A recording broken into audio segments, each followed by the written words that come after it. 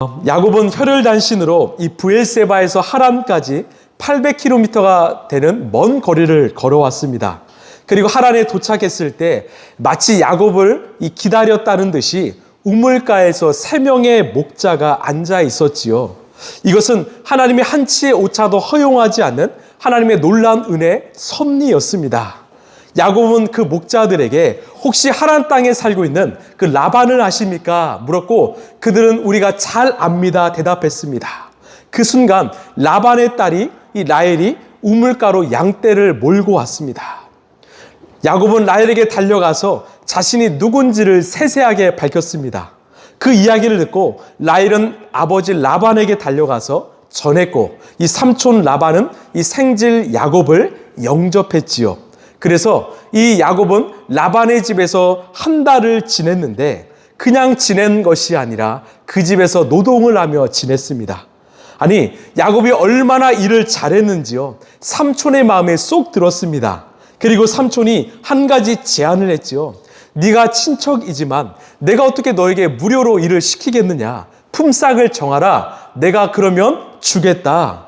여러분, 이 말은요, 마치 삼촌 라반이 야곱을 위한 것 같은 말 같지만 이 라반은 욕심쟁이죠. 속이는 자이죠. 이제 이 제안은 우리가 친척의 관계가 아니라 주인과 하인의 관계로 이 관계를 재정립하고 싶다는 속셈이었습니다. 자, 그때 야곱은 라반의 둘째 딸 라헬을 참 좋아했습니다. 자신이 7년 동안 임금을 받지 않는 대신 그 라헬과 결혼하고 싶다고 이야기했지요. 라반의 입장에서는 7년을 무료로 일한다. 아주 좋은 제안이었습니다. 곧바로 허락했습니다. 여러분, 7년의 시간이 길입니까? 짧습니까? 사실 길지요. 그러나 성경은 야곱에게 7년이 마치 며칠처럼 여겨졌다라고 말합니다. 이것은 참 사랑의 힘이었습니다. 야곱이 집을 떠날 때는 혼자였지요. 아무것도 없었습니다. 그러나 지금은 일자리가 있고 머물 집이 있고요. 또 사랑하는 아내가 생길 것이고 또 가정도 생길 예정입니다. 여러분, 어떻게 이런 일이 가능했을까요? 바로 한치의 오차도 허용하지 않으시는 하나님의 섭리, 하나님의 은혜 가운데 야곱이 있었기 때문입니다. 하나님의 손이 그 베델을 통해서 만나 주셨고 야곱의 인생을 붙잡아 주셨기 때문입니다. 야곱이 잘한 일 하나도 없습니다. 그러나 하나님께서 그의 인생을 일방적으로 찾아오셨고 사랑하셨습니다. 만지셨습니다. 그 인생을 새롭게 하셨습니다. 여러분, 그 하나님이요, 야곱만의 하나님일까요? 아닙니다. 오늘 저와 여러분의 하나님일 줄로 믿습니다. 여러분, 믿으십니까? 우리는 미래를 볼 수 있는 눈이 없습니다. 한치 앞도 우리는 알 수 없는 인생길이지요. 그러나 우리가 하나님의 섭리, 하나님의 손 안에 있을 때 하나님은 우리의 인생을 섬세하게 만지시고 가장 좋은 길, 가장 선한 길로 인도하여 주실 것입니다. 여러분, 그 하나님을 붙잡고 의지하는 저와 여러분 인생 되길 간절히 소망합니다. 이게 저번 시간의 말씀이었습니다. 우리 오늘 21절 함께 읽겠습니다. 시작. 7년이 지난 뒤에 야곱이 라반에게 말하였다. 약속한 기한이 다 되었습니다. 이제 장가를 들게 해 주십시오. 결혼하겠습니다. 아멘. 이 약속의 시간이 다 되었습니다. 7년의 시간이 지났지요. 여러분, 그러면 야곱의 나이는요, 집을 떠났을 때가 77세입니다. 7년을 더하면 84세입니다. 아주 늦게 결혼을 한 것이죠. 할아버지 아브라함은 이 고향 땅을 떠났을 때가 75세였어요.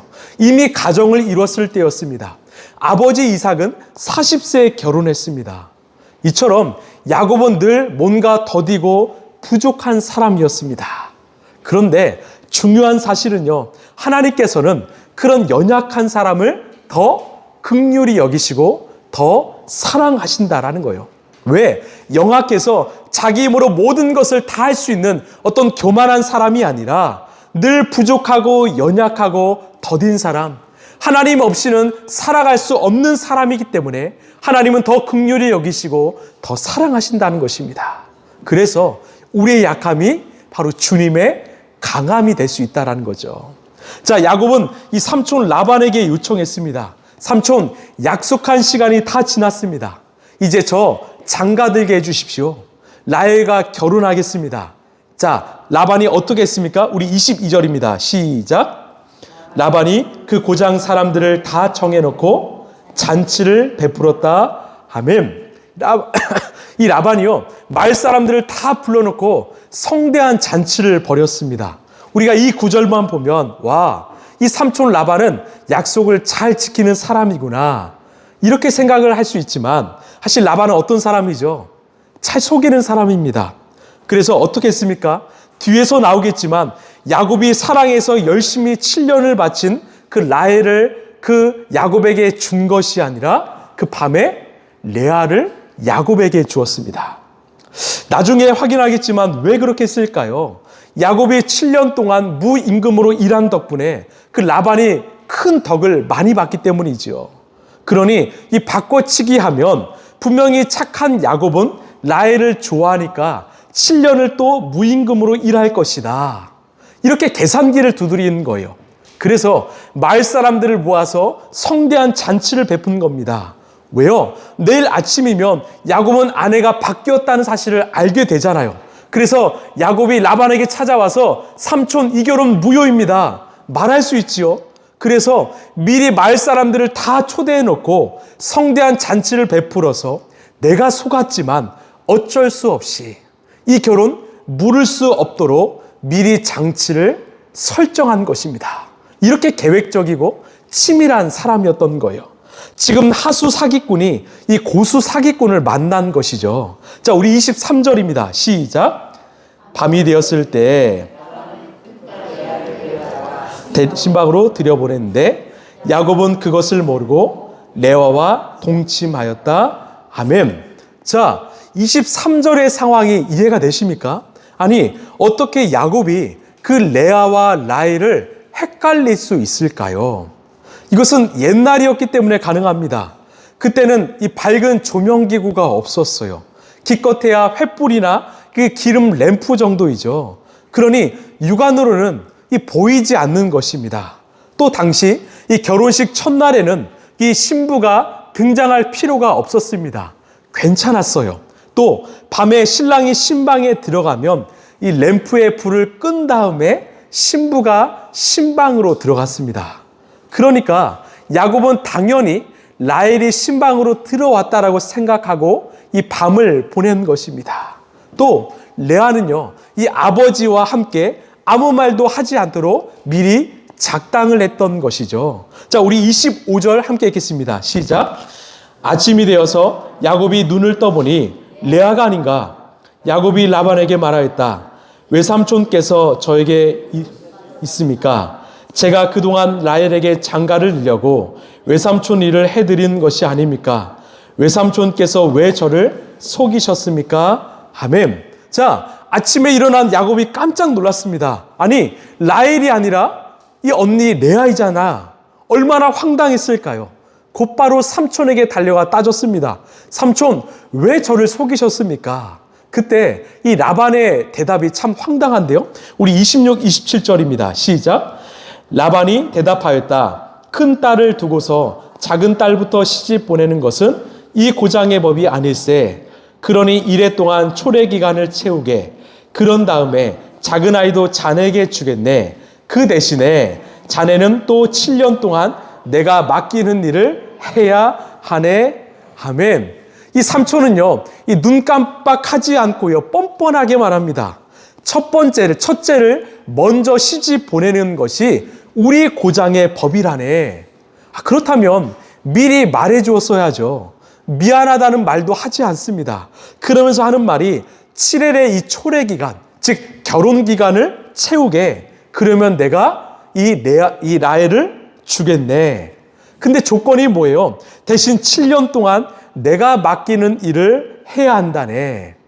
똑같이 7년 동안 무임으로 봉사하라는 말입니다. 이게 바로 라반이 벌인 사기였지요. 지금 라반의 사기는 그대로 이루어졌고요. 이 순진하고 착한 야곱은 그대로 당한 것입니다. 자, 28절입니다. 시작. 야곱은 그렇게 하였다. 그가 레아와 이래 동안 지나고 나니 라반은 자기 딸 라헬을 그에게 아내로 주었다. 아멘. 이 7일의 초래 기간이 지나고 이 라헬을 주었습니다. 그러면 또 7일의 결혼식을 진행했을까요? 안 했을까요? 당연히 안 했겠지요. 라반은 그 비용도 아까웠을 것입니다. 그리고 이 결혼식을 안 한다고 해서 이 따질 야곱이 아니었던 것을 그 라반은 파악했던 것입니다. 자, 우리 30절입니다. 시작. 야곱이 라헬과 동침하였다. 야곱은 레아보다 라헬을 더 사랑하였다. 그는 또다시 7년 동안 라반의 일을 하였다. 아멘. 이제 야곱에겐 이 2명의 아내가 생겼습니다. 그러나 야곱은 그 대가로 7년이 아니라 무려 14년을 무임금으로 이 무임금 노동을 해야만 했습니다. 자, 여러분, 좀 이상하지 않습니까? 아니, 하나님이 야곱의 인생과 함께 하시는데, 아니, 우리 하나님 한치의 오차도 허용하지 않는 분이신데 왜 하나님께서 이 야곱에게 이런 사기, 이런 상황을 당하도록 허용하셨을까요? 이 질문이에요. 우리가 하나님의 기쁜 뜻을 알 수 없지만 여기에는 2가지의 사실이 분명히 있습니다. 첫 번째는 뭐냐면 하나님은 뿌리는 대로 거두게 하시는 분이라는 것입니다. 여러분, 야곱이 어떤 인생을 살아왔습니까? 형 에서를 속였지요. 또 아버지 이삭을 속였습니다. 그래서 하나님은 이 삼촌으로부터 똑같이 속임을 당하게 하신 것입니다. 왜? 너는 또다시는 남을 속이지 말아라. 훈계와 충고를 경험케 하신 것이죠. 야곱이 진심으로 깨닫기를 원하신 것입니다. 여러분, 기억하십시오. 우리가 믿는 하나님은요, 용서의 하나님, 사랑의 하나님이시지만 우리를 바른 길로 인도하시는 공의의 하나님이십니다. 그래서 우리가 뿌리는 대로 거두게 하시는 하나님이십니다. 왜요? 우리가 바른 길 가도록, 우리가 선한 길을 가도록 인도하시기 때문입니다. 자, 2번째가 또 중요한데요. 하나님은 당신의 섭리, 계획을 이루시는 분이십니다. 우리는 이 하나님의 계획, 하나님의 섭리를 다 알 수가 없습니다. 그러나 하나님은 이미 모든 것을 계획하시고 이루시는 분이십니다. 여러분, 어떤 계획이었습니까? 이 삼촌 라반의 불순한 마음을 도구 삼으셔서 야곱으로 하여금 훗날 12지파를 이루게 하셨던 것입니다. 여러분, 만약에 야곱에게 2명의 부인과 2명의 여종이 없었다면 그 12지파의 시초인 12명의 아들이 태어날 수 있었을까요? 없었겠죠. 결국 라반의 사기가 있었기 때문에 그 지파가, 그 이스라엘 민족이 이루어졌던 것입니다. 여러분, 기억하십시오. 이 세상은 불의합니다. 그러나 우리 하나님은 이 불의한 세상 속에서도 선하게 역사하시는 분이십니다. 여러분, 믿으십니까? 결국 하나님은 모든 불의를, 모든 악을 선으로 바꿔나가게 되실 것입니다. 그 하나님은 우리의 삶에 계획하신 모든 것을 이뤄 가실 것입니다. 자, 우리 31절입니다. 시작. 주님께서는 레아가 남편의 사랑을 받지 못하는 것을 보시고 레아의 태를 열어주셨다. 라헬은 임신하지 못하였으나. 아멘. 자, 레아는 야곱의 사랑을 받지 못했습니다. 왜요? 당연하죠. 이 정상적으로 결혼한 것이 아니었기 때문입니다. 하나님은 그런 레아를 불쌍히 여기셨습니다. 그래서 이 아들을 주시는데요. 우리 32절입니다. 시작. 레아는 마침내 임신을 하여 아들을 낳았다. 그는 속으로 주님께서 나의 고통을 살피시고 나에게 아들을 주셨구나. 이제는 남편도 나를 사랑하겠지 하면서 아기의 이름을 르우벤이라고 하였다. 아멘. 이 첫째 르우벤이 태어났습니다. 그 이름의 뜻은 바로 아들을 낳다입니다. 무슨 의미예요? 이제 아들이 생겼으니 남편이 나를 사랑하겠구나. 이 레아의 가련한 마음, 불쌍한 마음이 담겨있는 고백입니다. 이름입니다. 여러분, 어떻게 되었을까요? 안타깝게도 남편의 사랑을 받지 못했습니다. 우리 33절입니다. 시작. 그가 또 임신을 하여 아들을 낳았다. 그는 속으로 주님께서 내가 남편의 사랑을 받지 못하여 하소연하는 소리를 들으시고 이렇게 또 아들을 주셨구나 하면서 아이 이름을 시몬이라 하였다. 아멘. 둘째 시몬이 태어났습니다. 이름의 뜻은 바로 하나님이 들으셨다예요. 하나님이 나의 고통의 소리를 들으셨구나. 나의 신음하는 소리를 들으셨구나. 이제 남편이 나를 사랑하지 않을까. 그런데 사랑받지 못했습니다. 우리 34절입니다. 시작. 그가 또 임신을 하여 아들을 낳았다. 이제는 남편도 별 수 없이 나에게 단단해 매이겠지 하면서 아이 이름을 레이라고 하였다. 아멘. 셋째 레이가 태어났습니다. 이름의 뜻은 단단히 매이다, 연합하다입니다. 이제 내가 3명의 아들을 낳았으니 나와 연합해 주겠지. 내 삶에 매이겠지. 여러분, 레아의 관심은 오로지 남편의 사랑이었습니다. 그런데 그 사랑 받지 못했습니다. 우리 마지막 35절입니다. 시작. 그가 또 임신을 하여 아들을 낳았다. 그는 속으로 이제야말로 내가 주님을 찬양하겠다 하면서 아이 이름을 유다라고 하였다. 레아의 출산이 그쳤다. 아멘. 이 넷째로 유다가 태어났습니다. 이름의 뜻이 무엇입니까? 내가 주님을 찬양합니다. 이 레아가 넷째를 낳자마자 무언가 변했습니다. 달라졌습니다. 지금까지 레아는요, 그 남편의 사랑만을 바라보며 달려왔지요. 그 아이를 낳는 목적은 오로지 남편의 사랑이었습니다. 그런데 이제는 하나님을 보기 시작했습니다. 인생의 목표가 남편의 사랑이 아니라 하나님의 사랑이었고, 그 사랑을 통해서 하나님을 찬양했던 것입니다. 그리고 하나님은 그 레아의 출산을 멈추게 하셨습니다. 자, 오늘 말씀이 정말 중요한데요.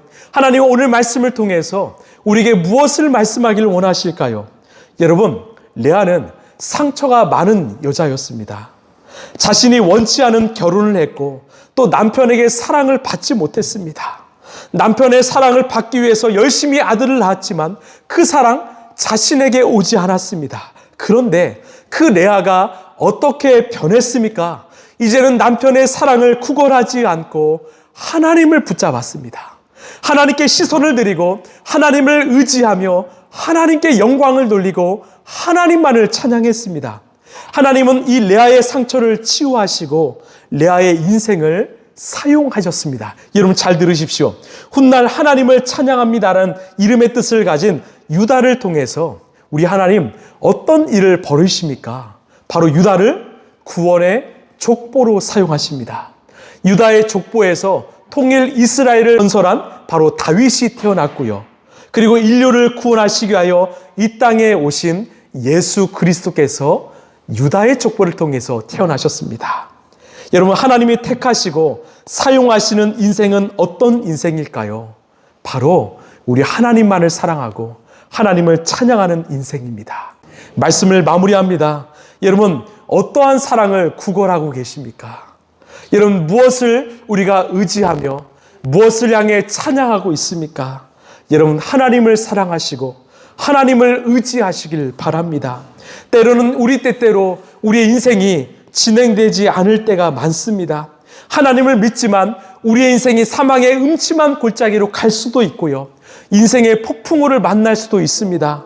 그러나 모든 상황은요, 한치의 오차도 허용하지 않으시는 하나님께서 나를 연단시키시고 나를 훈련시키시는 그 상황임을 여러분 믿으시길 바랍니다.